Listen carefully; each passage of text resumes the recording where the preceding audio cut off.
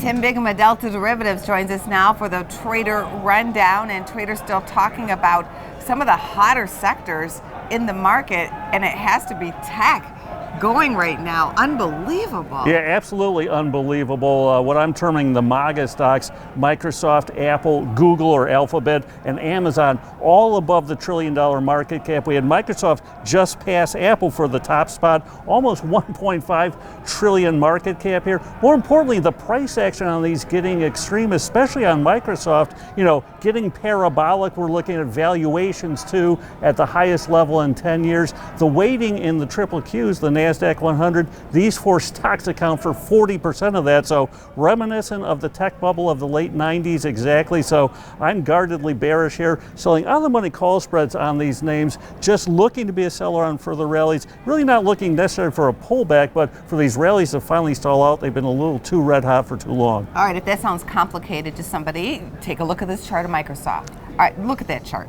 Unbelievable. Yeah, absolutely, and it's finally slowing down. You don't want to jump in front of the moving train, but once it slows down like we're seeing, over the past day or so, I don't mind jumping in there. That momentum finally starting to crest on the chart.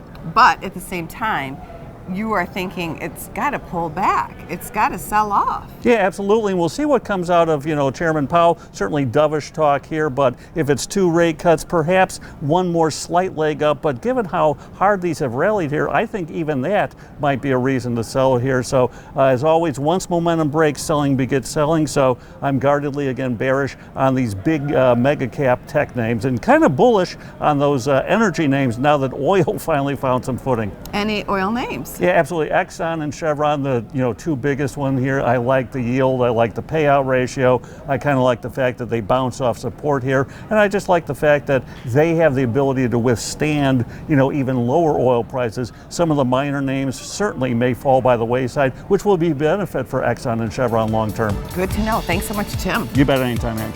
For more Business First AM, check us out on social media. We're on Facebook, YouTube, and Twitter. And go to businessfirstam.com for where to see our show on TV.